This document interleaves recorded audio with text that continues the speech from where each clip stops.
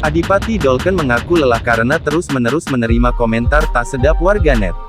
Adipati Dolken menjaga eksistensinya di dunia akting dengan menerima banyak tawaran, sampai akhirnya ia dinobatian sebagai artis atau publik figur oleh masyarakat Indonesia.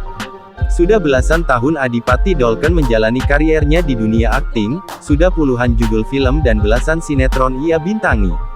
Lantas, apa yang dirasakan oleh Adipati Dolken selama belasan tahun berkarir di dunia entertainment? Pria berusia 30 tahun tersebut merasa, sebelum menjadi artis, ia berpikir berada di titik sebagai orang terkenal sangat menyenangkan.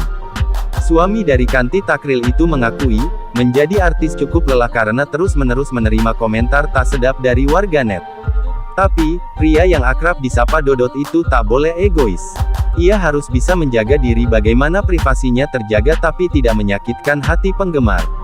Adipati Dolken berharap penggemarnya bisa terus mendukungnya meskipun ia bukan artis yang sepenuhnya memenuhi keinginan masyarakat Indonesia.